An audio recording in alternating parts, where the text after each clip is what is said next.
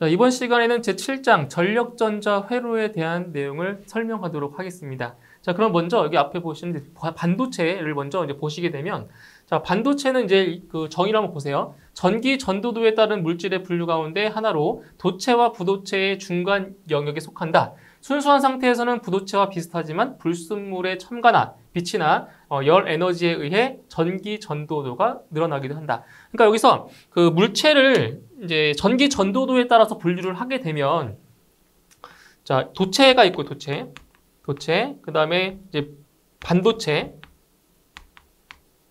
그다음에 이제 부도체, 이렇게 세 개로 이제 분류할 수 있어요. 부도체 또는 이거 뭐 절연체라고도 할 수 있겠죠. 그러니까 전기 전도도가 상당히 작은 거죠. 이거는 거의 흐르지 않은 거. 그래서 지금 이 시간에 이제 배울 것이 바로 이거 반도체, 이걸 배우는 거예요. 그래서 반도체라고 하는 거는 이제 도체와 부도체 또는 절연체의 중간에 있는 그러한 물질을 바로 반도체라고 하는 겁니다. 그래서 여기 보시면 이 반도체의 성질을 보시면 이제 도체와 절연체의 중간 성질인데, 10의 마이너스 5승에서 10의 4승 옴미터예요. 이게 무슨 뭐예요 이게? 이게 바로 고유 저항이죠. 고유 저항. 그러니까 대표적인 그 부도체, 대표적인 절연체로는 고무라는 물질이 있는데, 이 고무의 고유 저항이 한 10의 13승 정도가 돼요. 그러면 이제 이게 어느 정도인지 알 수 있겠죠, 그죠? 예, 이게 고무의 고유 저항이 10의 13승 정도다. 그러면 이제 고유 저항이 낮을수록 어때요? 전도율은 더 높은 거죠, 그렇죠? 그래서 이제 온도가 상승함에 따라서 저항값은 작아집니다. 그러니까 일반적으로 도체 같은 경우에는 그 온도가 상승을 하면 저항값도 같이 상승하죠. 근데 반도체 같은 경우는 온도가 상승하면 어때요? 저항값은 감소합니다. 그러니까 반비례 관계에 있다는 거예요. 그래서 부저항 온도 계수다. 그래서 2번과 3번은 같은 맥락으로 보시면 되겠습니다. 그 다음 반도체에 불순물 원자를 혼입하면 저항률이 작아진다. 자, 좀 이따 설명드릴 건데, 반도체에다가 불순물 원자를 혼입하면 저항률이 작아진다는 것은 뭐예요? 저항률이 작아진다는 얘기는 그만큼 도전율은 높아진다라는 거죠. 그렇죠? 네, 좀 이따 설명드릴게요. 자, 이제 그럼 반도체의 종류를 한번 볼게요. 반도체의 종류는 크게 분류를 하면 이렇게, 자, 진성 반도체라는 것이 있고요. 그리고 이제 불순물 반도체가 있어요. 근데 여기서 불순물 반도체에는 흔히 N형 반도체라고 P형 반도체라고 이렇게 분류할 수 있겠죠. P형 반도체. 자, 그때 가전자수다. 그러니까 이건 최외곽 전자의 수를 말하는데, 최외곽 전자의 수가 진성 반도체인 경우에는 4개입니다. 최외곽 전자의 개수를 말하는 거예요. 그리고 N형 반도체는 5개. 그리고 P형 반도체는 3개를 가지고 있어요. 이 개수를 좀 기억을 좀 해주세요. 개수를. 그래서 이 N형 반도체 같은 경우에는 진성 반도체보다 전자의 수가 하나가 더 많은 거예요. 그죠? 많은 거고요. 그리고 P형 반도체 같은 경우는 진성 반도체보다 전자의 개수가 1개가 부족한 겁니다. 그래서 이 진성 반도체에 사용하는 그 물질이 뭐가 있냐? 대표적인 것이 바로 실리콘과 게르마늄이 있습니다. 그래서 예전에는 게르마늄을 많이 썼었는데, 최근에는 이 실리콘을 많이 사용하고 있죠. 그죠? 실리콘이 바로 진성 반도체의 재료로 사용되고 있는 겁니다. 그 다음에 이 N형 반도체의 물질에는 이제 비소, 그 다음 그 다음 안티몬, 이러한 물질들이 있고요. 그리고 P형 반도체에는 갈륨, 그리고 인듐, 그 다음 붕소, 이러한 물질들을 재료로 사용하고 있는 겁니다. 자, 그럼 여기서 먼저 진성 반도체에 대해서 보시면, 자, 보세요. 실리콘과 게르마늄 같은 반도체 물질을 아주 높은 순도로 정지한 것이다. 깨끗한 거예요. 아주 불순물이 하나도 들어있지 않은 순수한 반도체라는 거죠. 그죠? 그래서 이 불순물이 첨가되지 않은 아주 순수한 반도체가 바로 진성 반도체인데, 이 반도체라고 하는 것이 여기 화면에 보시면 이게 실리콘이죠, 실리콘.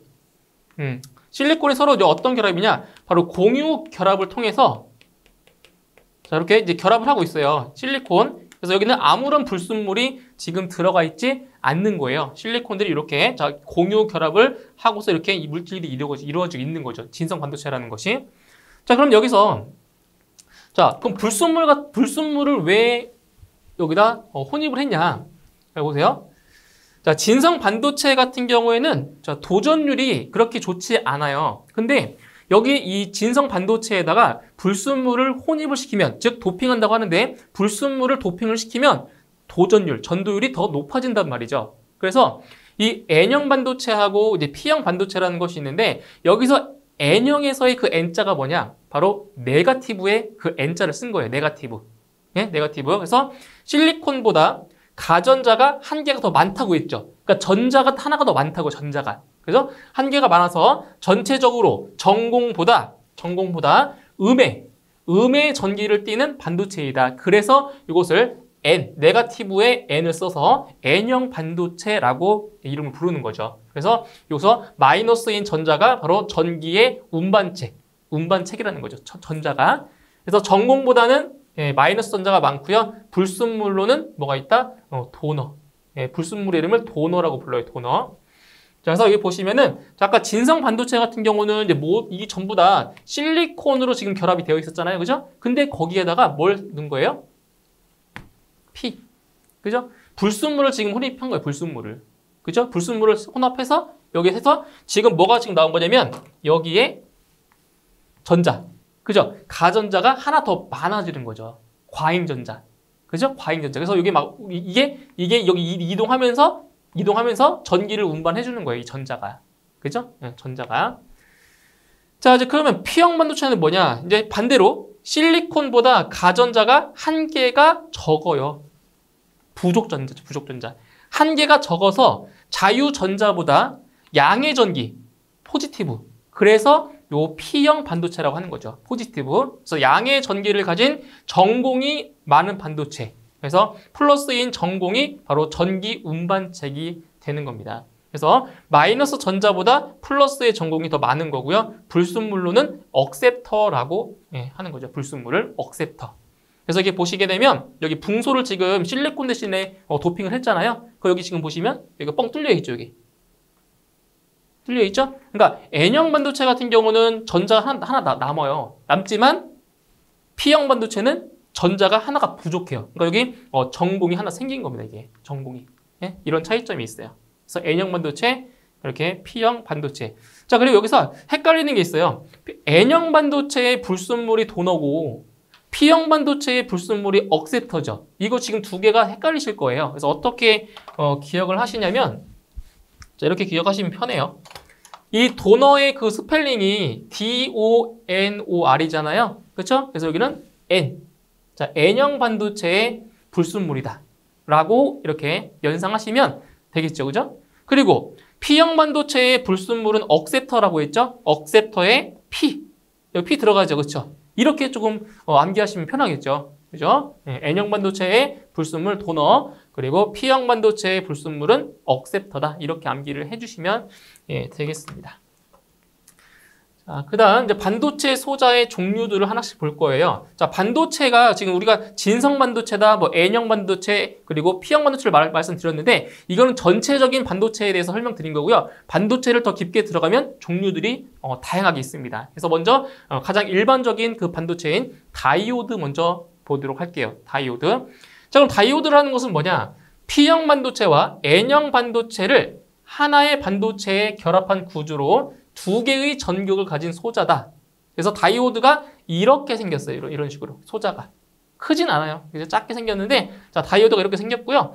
그 다이오드는 아까 말씀드렸지만 P형 반도체와 N형 반도체를 이렇게 접합시켜 놓은 거예요. 그래서 이 P형 반도체 쪽을 양극, 에노드라고 하고요. 이 N형 반도체 쪽을 음극 또는 캐소드라고 이름을 합니다. 캐소드. 그래서 이거는 이 다이오드 같은 경우는 정류작용을 하기 때문에 이게 전류가 한쪽으로밖에 안 흘러요. 한쪽으로. 그래서 이따 하겠지만 P형 반도체, P에서 N쪽으로 전류가 흘러요. 이게 바로 순방향이에요. 순방향. 자, 순방향일 때만 전류가 흐르고요. 반대로 이렇게 N극에서 N에서 P로 이렇게는 전류가 안 흐른다고요. 역방향. 역방향인 경우에는 전류가 흐르지 않아요. 정류작용이 이게. 그죠? 그래서 이렇게 되어 있고요. 여기 보시면 이제 다이오드를 이렇게도 표시합니다. 이게 다이오드를 나타내주는 심벌입니다. 심벌. 다이오드. 그래서 이렇게 뾰족한 쪽 방향으로 전류가 흐른다는 거. 이걸 좀 기억을 해 주시면 되겠습니다.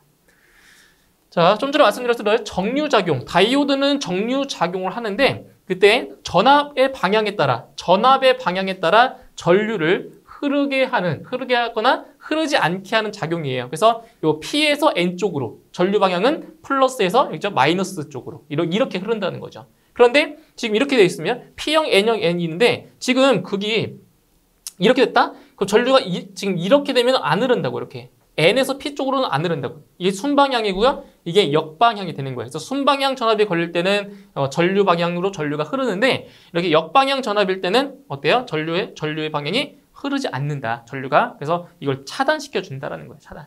아시겠죠? 자, 그다음 이제 다이오드의 종류들도 다양하게 있어요. 다이오드 종류. 그래서 지금 말씀드린 게 바로 이 정류용 다이오드죠. 정류 작용하는 거. 그래서 일반적으로 이제 다이오드라고 불리는 것으로 정류 작용을 하는 다이오드. 이게 가장 일반적인 다이오드가 되는 거고요. 그다음에 이거 보세요. 제너 다이오드. 요 제너 다이오드 있죠, 이거? 시험에 상당히 자주 나와요. 제너 다이오드. 자, 제너 다이오드를 정전압 다이오드라고도 하는데요. 그래서 제너 현상을 이용해서 일정한 전압을 만들어주는 다이오드다. 이렇게 기억해 주시면 돼요. 제너 다이오드, 일정한 전압을 만들어주는 다이오드. 그래서 이거를 정전압 다이오드라고 명칭을 또 하는 거죠. 제너 다이오드 꼭 기억해 주세요. 자, 그다음 터널 다이오드는 이제 PN 접합이라고 하는데, 이 터널 다이오드는 이제 어떠한 작용을 하냐? 바로 증폭작용, 발진작용, 그 다음 개폐작용, 스위치 작용 말하겠죠. 개폐작용, 그리고 고속 스위칭 회로와 논리 회로에 사용을 하고 있고요. 그 다음 포토다이오드. 자, 이것도 좀 기억하세요. 이것도 시험에 자주 나오는 겁니다. 포토다이오드. 자, 포토다이오드는 빛을 쬐면, 다이오드의 빛을 쪼이면 광량에 비례하는 뭐가 흐른다고요? 전류가 흐르는 겁니다. 포토다이오드는. 그래서 다이오드의 빛을 쪼이면 뭐가 흐른다고요? 전류가 흐른다고요. 그래서 빛 검출용이나 광 센서에 사용을 하고 있는 거죠. 자, 그다음 가변 용량 다이오드. 이것을 이제 버렉터. 버렉터 다이오드라고 하는데, 이거는 역전압을 크게 해서 정전 용량을 조절하는 역할을 하고요. 무선 마이크, 발진 주파수 조절에 사용을 하는 겁니다. 이것도 기억하세요. 버렉터. 그다음 발광 다이오드죠. LED. 그죠? 우리 이제 지금 최근에는 LED 등을 많이 사용하고 있잖아요. 이게 이제 발광 다이오드라고 하는데, 바로 전기적인 신호를 뭘로 변환한다? 빛의 신호로 변환하는 소자다. 이게 바로 발광 다이오드 LED입니다. LED. 자, 그리고 이제 화면에 보시는 것처럼 이 심벌은 그냥 참고만 하시면 돼요. 심벌을 이제 물어보는 문제는 안 나와요. 그러니까 이거는 이렇다. 그죠? 다이오드의 기호가 이렇게 생겼다라는 것만 보고 넘어가시면 되겠습니다. 굳이 암기 안 하셔도 돼요. 자, 그럼 이제 지금 말씀드렸던 이 다이오드 중에서 이제 중요한 몇 가지만 더 설명을 좀 드릴 거예요. 자, 정류용 다이오드는 순방향 전압 시에 저항이 얼마라고? 저항이 0에 가깝다고요. 그러니까 순방향일 때 전류가 흐른다고 했잖아요. 그죠? 그러니까 저항값이 0에 가깝고요. 역방향 전압 시에는 저항이 무한대가 됩니다. 왜? 전류가 흐르지 않기 때문에 이제 저항값이 거의 무한대에 가깝게 된다는 거죠. 자, 그 다음에 정류 특성 보세요. 자, 컨버터. 자, 컨버터를 이걸 다른 말로 뭐라고 하냐? 이 컨버터를 이거를 이제 정류기라고 해요. 정류기. 자, 정류기라고도 하는데, 이 컨버터의 기능이죠. 어떤 기능이에요? 바로 교류를 직류로 바꿔주는 거예요. 이게 바로 컨버터의 역할이고요. 그 다음 인버터는 반대입니다. 인버터 우리 많이 들어봤죠. 인버터는 직류를 교류를 바꿔주는 거예요. 완전히 반대입니다. 그래서 컨버터는 교류를 직류로 바꿔주는 거고요. 인버터는 직류를 교류로 변환시킵니다. 헷갈리죠? 그럼 이걸 어떻게 암기를 하면 좋겠냐? 자, 생각을 해봤는데, 자, 이런 말 있잖아요. 이런 말. 정규직, 비정규직 이런 말 많이 쓰죠. 그죠? 정규직. 그죠? 정규직. 그래서 컨버터, 정류기는 정교직이다. 정규직. 이렇게 암기하면 좀 편하겠죠. 그죠? 정규직. 그 인버터는 그 반대니까. 그죠? 그래서 정류기, 컨버터는 교류를 직류로 바꿔주는 거다. 이렇게 암기하시면 쉽겠죠? 그죠? 정규직. 이렇게 암기해 주시면 되겠어요. 자, 그 다음에 이제 발광 다이오드 LED인데, 이 발광 다이오드의 이제 특성을 좀 암기하셔야 돼요. 특성. 일단 응답 속도가 매우 빠릅니다. 응답 속도가 빠른 특성이 있고요.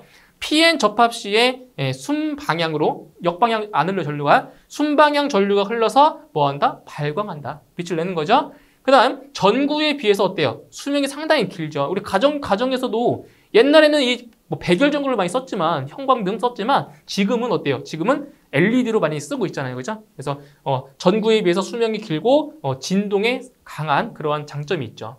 그리고 무엇보다 발열이 상당히 적습니다. 예? 발열이 적어요. 그래서 발광 다이오드를 만드는 재질에는 갈륨 비소와 그다음 뭐 인화 갈륨 이런 것들이 있다라는 거 보시면 되겠습니다.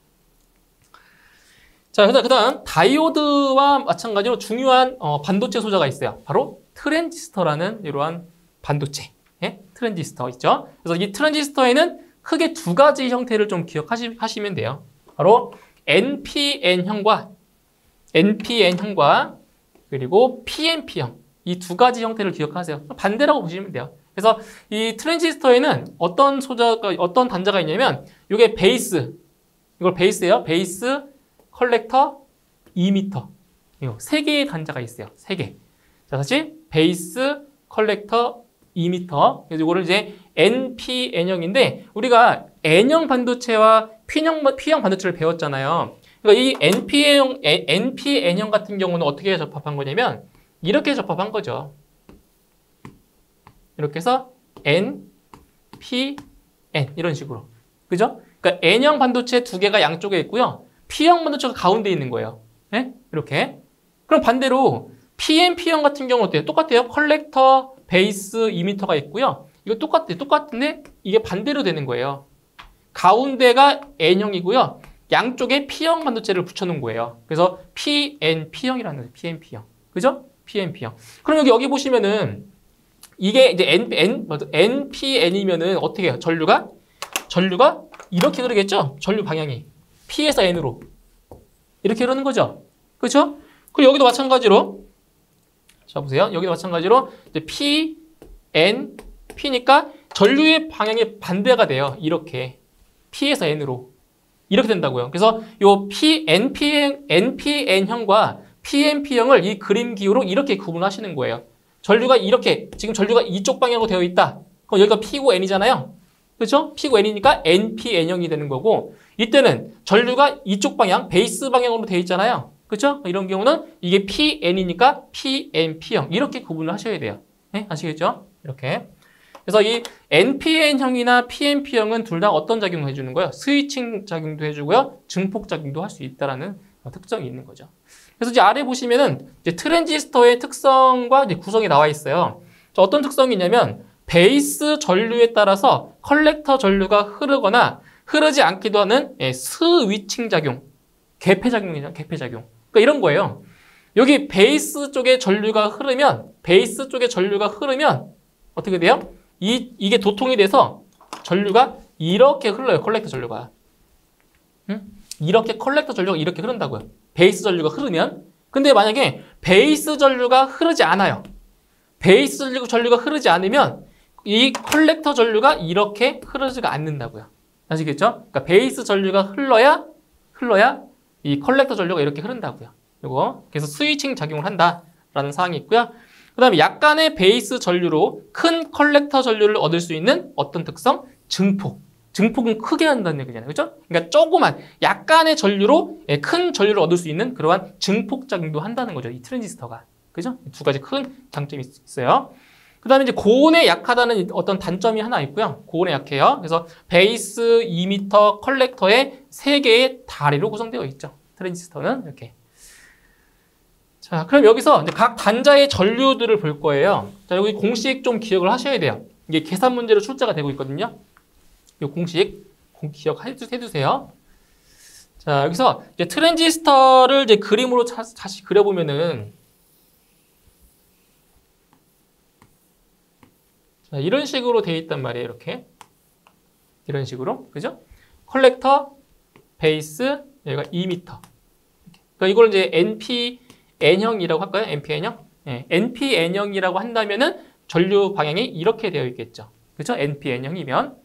자, 그때 여기서 이제 그 이미터 쪽에 흐르는 전류를 여기를 이제 IE라고 할게요. IE. 그다음 베이스 전류 여기를 IB.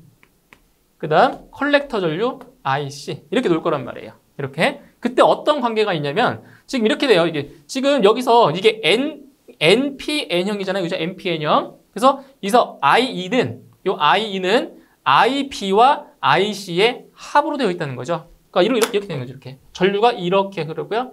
이렇게 돼서 이렇게 그래서 I2는 IB 플러스 IC가 된다고요. 그래서 컬렉터 전류와 베이스 전류의 합이 바로 2m 전류가 되는 거예요. 그래서 이런 식이 나온 거죠. 이렇게. 그죠? I2는 IB 더하기 IC다라는 식이 나왔고요. 그 다음에 이제 이 전류 증폭률을 이제 물어보는 문제가 출제가 돼요. 전류 증폭률.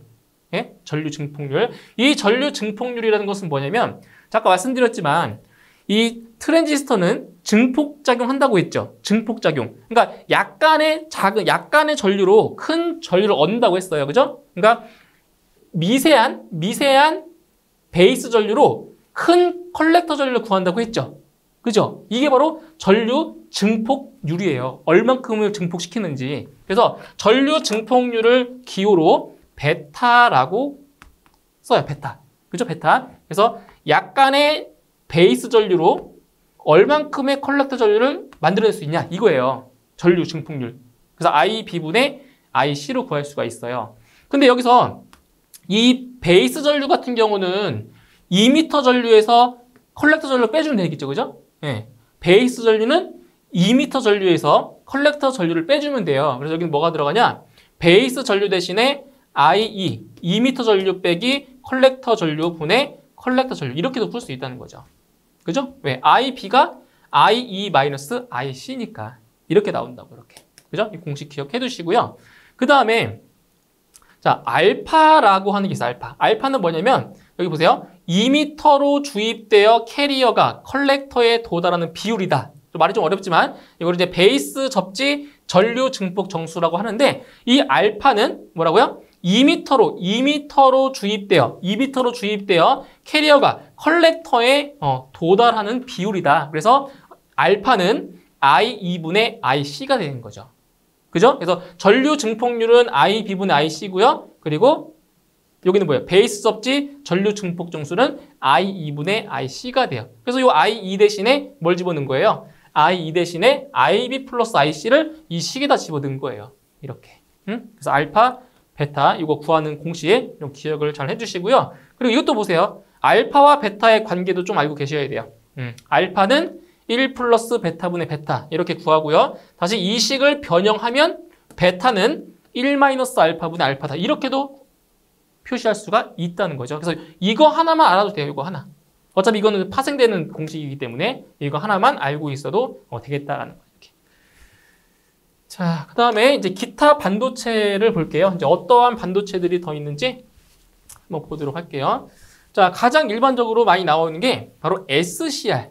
그죠? SCR이라는 바로 실리콘 정류기가 있는데, 자, SCR은 이제 이렇게 되어 있어요. 이렇게.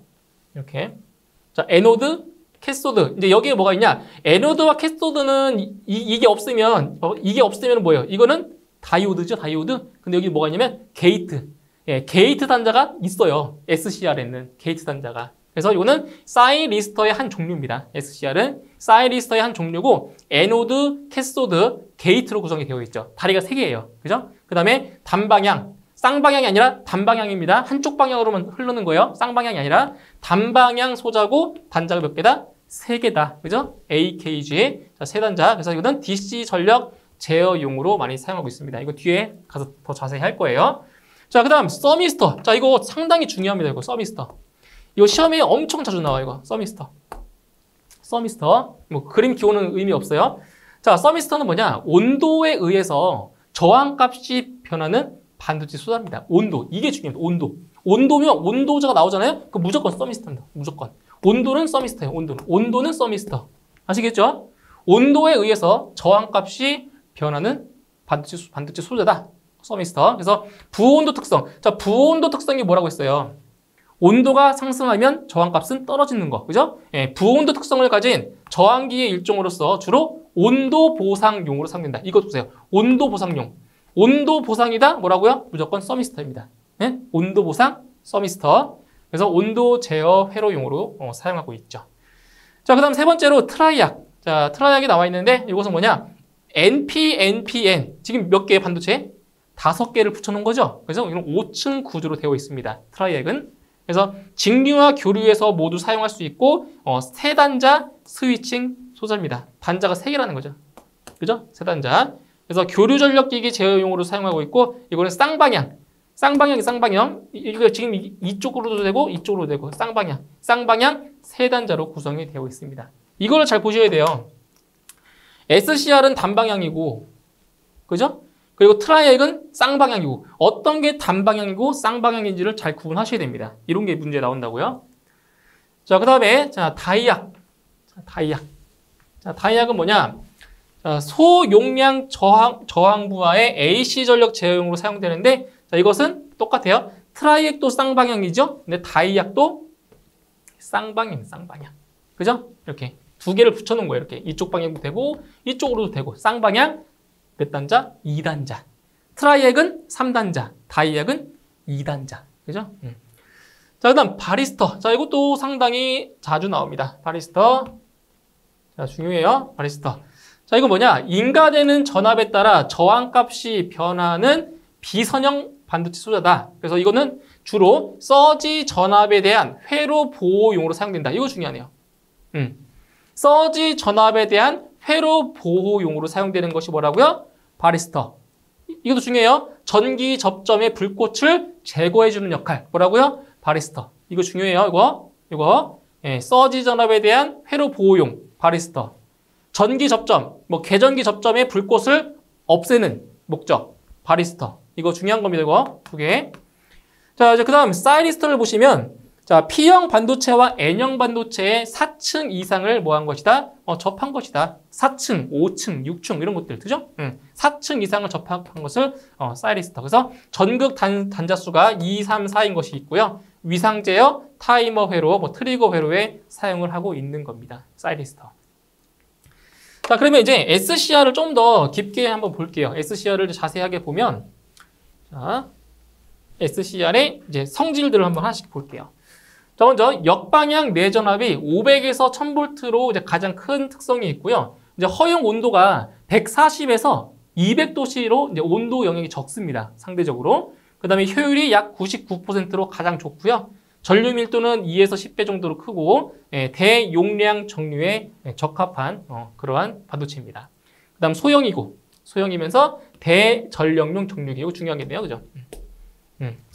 소형이면서 대전력용 정류기예요. 그리고 단방향성이다. 단방향성 사이리스터. 자, 사이리스터의 종류인데 어떤 방향이라고요? 단방향성이다. 쌍방향이 아니라 단방향성. 그리고 게이트 전류에 의해서 방전 개시 전압을 뭐 할 수 있다? 제어할 수가 있다라는 거고요. 자, 그다음 이거 좀 중요해 보세요. 이거. 자, 도통 상태에 있는 SCR을 차단하는 방법 3가지가 있어요. 도통 상태. 그러니까 전류가 흐르고 있는 거죠. 그죠? 통전 상태에 있는 SCR을 차단시키는 방법. 첫 번째, 전압의 극성을 뭐 하면 된대요? 바꿔주면 돼요. 그죠? 플러스, 마이너스. 전압의 극성을 바꿔주라고요. 그러면 차단되겠죠. 또는 양극의 전압을 마이너스로 바꾸거나 아니면 반대로 음극의 전압을 플러스로 바꾼다. 그죠? 이런 3가지 이거 기억하셔야 돼요. 예, 도통 상태에 있는 SCR을 차단시키는 방법 3가지. 이거 기억을 해주세요. 자, 그 다음에 이 레칭 전류의 정의도 한번 같이 암기를 해보셔야 됩니다. 레칭 전류. 자, 여기서 이 레치라는 뜻이 뭐냐? 이거는 걸어 잠근다는 뜻이에요. 자물쇠 같이. 그래서 레칭 전류라는 건 뭐냐? 자, 보세요.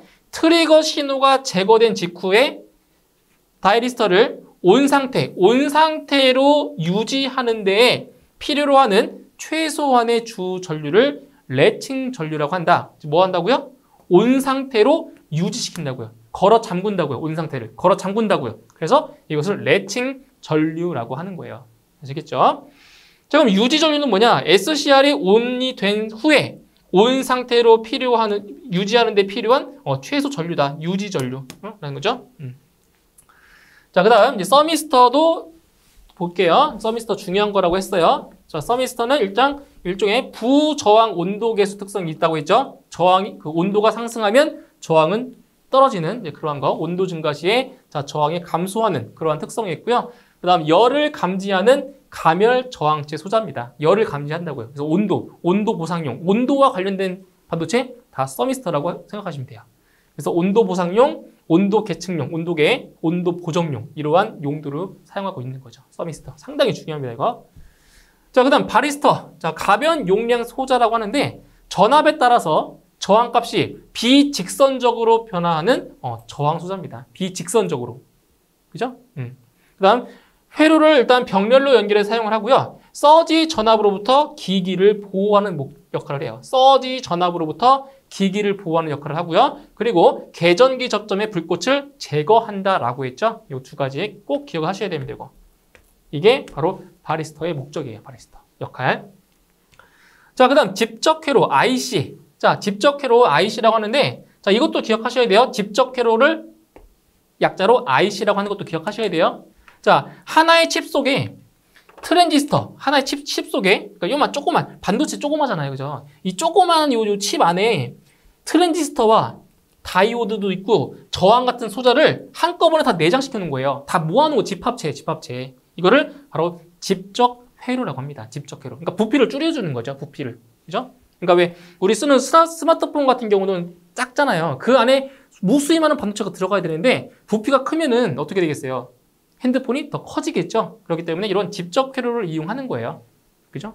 그래서 이 집적 회로의 특징을 보시면은 대량으로 생산이 가능하고요. 그리고 신뢰도가 향상이 되면서 전자기기의 이거죠. 소형화, 경량화. 그죠? 이게 지금 중요한 거죠. 그리고 빠른 동작 속도라는 이러한 장점을 가지고 있습니다. 이거 집적 회로. 이 정의 잘 기억하세요. 하나의 칩 속에 여러 가지 반도체를 다 모아놓은 거. 그죠? 이게 바로 집적 회로다라는 거 기억해 주시면 됩니다. 자, 그 다음에 다이오드 안정화인데 이것도 시험에 너무 자주 나와요.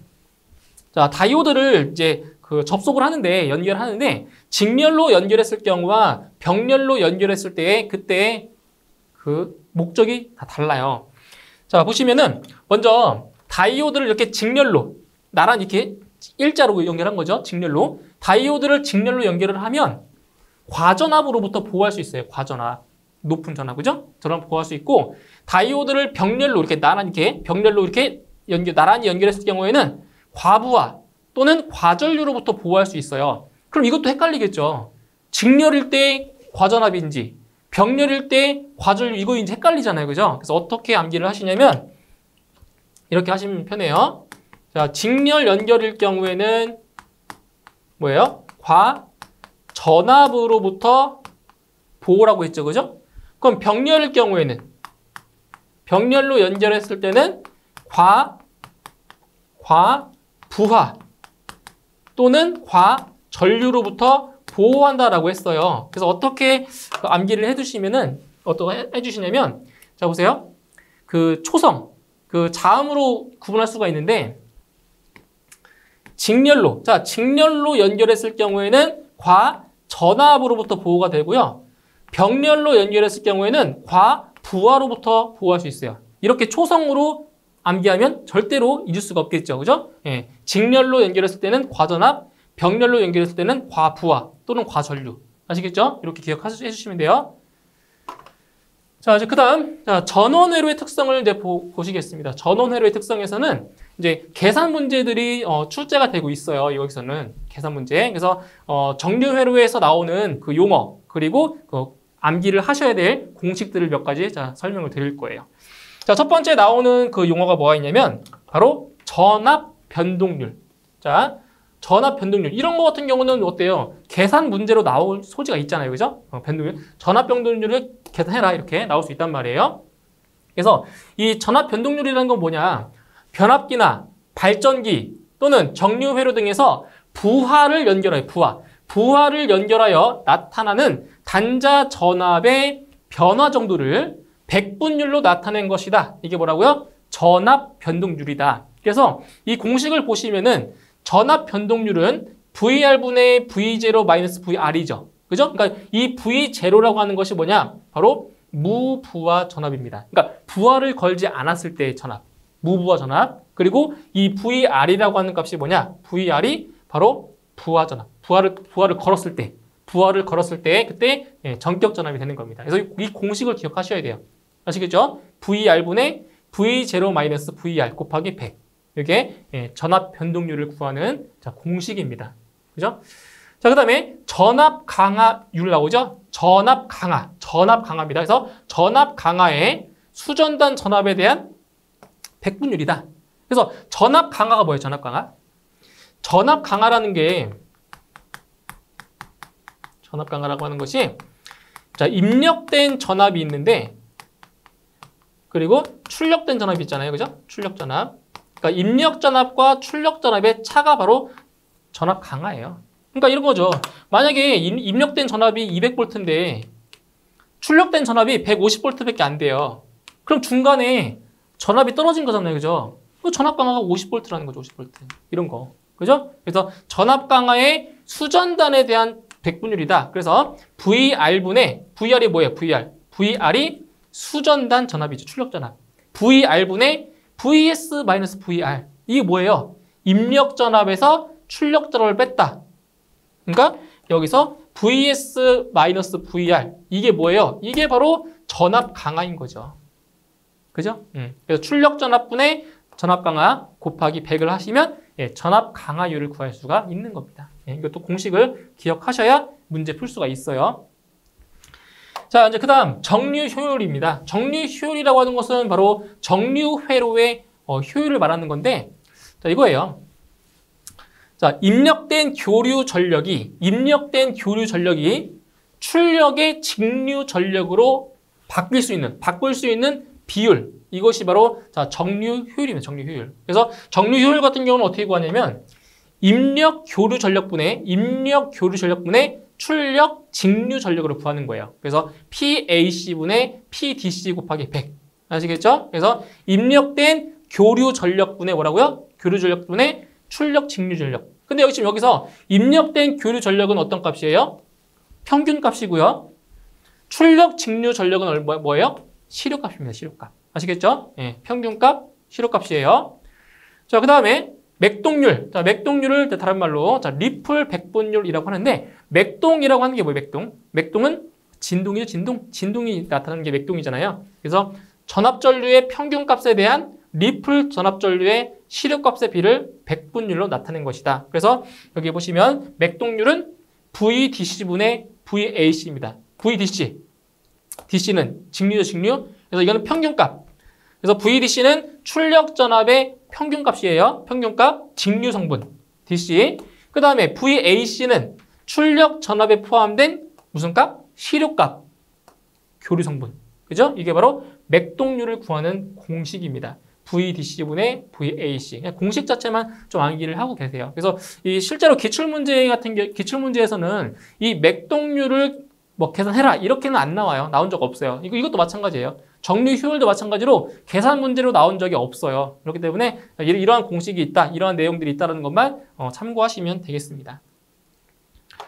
자, 이제 마지막으로 이제 각 파형별 정류 효율과 맥동률, 그 다음 맥동 주파수를 비교하는 이 표를 한번 보고 마무리 하겠습니다.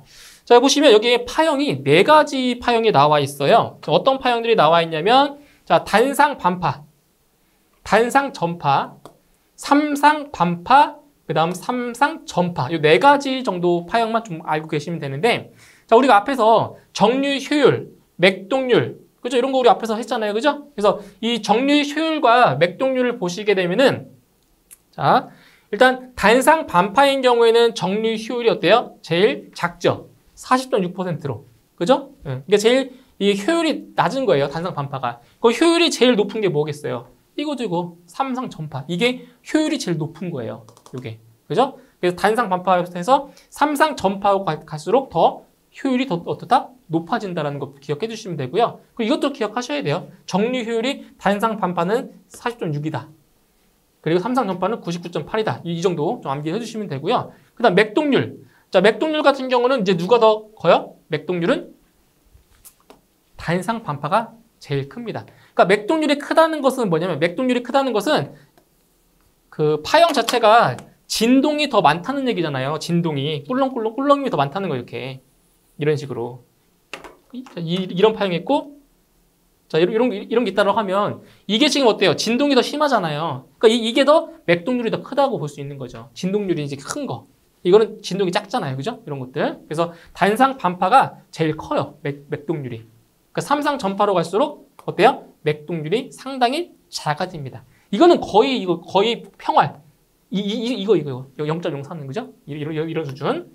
자, 그런데 이 맥동 주파수를 보시게 되면은 맥동률과 어때요? 완전히 반대예요, 반대. 그러니까 맥동률이 단상 반파가 제일 큰데 맥동 주파수는 오히려 삼상 전파가 제일 크잖아요. 그죠? 그래서 이거 어떻게 이제 기억을 해주시냐면은 맥동 주파수는 이렇게 좀 기억해 주세요. 자, 단상이죠? 단상이죠? 그래서 이거는 F입니다, F. F예요. 자, 이건 삼상이죠? 삼상에서 여기는 3F입니다. 3F. 자, 이거는 단상 반파인데 얘는 전파죠. 반파인데 전파죠. 그러면 몇 배? 2배. 2배에서 얘는 2F예요. 이거의 2배. 얘는 삼상인데 전파죠. 삼상 반파의 2배. 반파, 전파 2배. 그래서 이거의 2배, 6F. 이렇게 기억하시면 편해요. 네? 그래서 만약에 기본 주파수가 60Hz라고 한다면 단상 전파는 120Hz 2배, 삼상 반파는 180Hz, 그리고 삼상 전파는 360Hz. 그런데 문제에 따라서 이 기본 주파수가 바뀔 때가 있어요. 자, 어떻게 바뀌냐면 만약에 기본 주파수가 50Hz다. 그럼 얘는 얼마가 돼요? 단상 전파는 100Hz. 그죠? 그럼 삼상 반파는 얼마예요? 삼상 반파 같은 경우는 3배니까 150Hz. 얘는 6배니까 300Hz. 이렇게 문제 나온다고요. 그래서 기본 주파수가 얼마인지를 잘 보셔야 돼요. 항상 이게 고정되어 있는 게 아니에요. 그러니까 이거는 고정되어 있죠. 이거는 고정이 되어 있어요. 이거는 고정이 되어 있지만 이 주파수는 바뀐다고요. 기본 주파수에 따라서. 아시겠나요? 이렇게. 그래서 맥동률과 맥동 주파수는 서로 반대예요. 크기가 반대의 크기예요. 그 다음에 뭐 직류전압을 보시면은 뭐 단상 반파인 경우에는 0.45 곱해주시면 되고요. 뭐 전류 똑같아요. 이게 전압으로 써 있지만 전류도 마찬가지예요. 0.45I 이런 식으로. 예? 단상 반파인 경우에. 그리고 단상 전파인 경우에는 0.9V. 그러니까 문제에서 단상 반파인지 그리고 단상 전파인지 나와요. 문제에 나온다고요. 그래서 단상 반파면은 0.45배, 단상 전파면은 0.9배 이런 식으로 계산하시면 되겠죠. 그 삼상 반파는 1.17배, 삼상 전파는 1.35인데 문제에서 자주 나오는 것은 이겁니다. 여기 자주 나와요. 응? 단상 반파일 때 0.45배라는 거. 이거 자주 나오니까 이거를 좀 기억을 좀 해주세요. 그죠? 이렇게. 자, 이렇게 해서 이번 시간은 마무리 짓게요. 7장 바로 전력전자 회로 부분 이번 한 강의로 마무리를 짓고요. 저는 다음 강의 이제 마지막 강의로 설명을 마치도록 하겠습니다. 수고하셨습니다.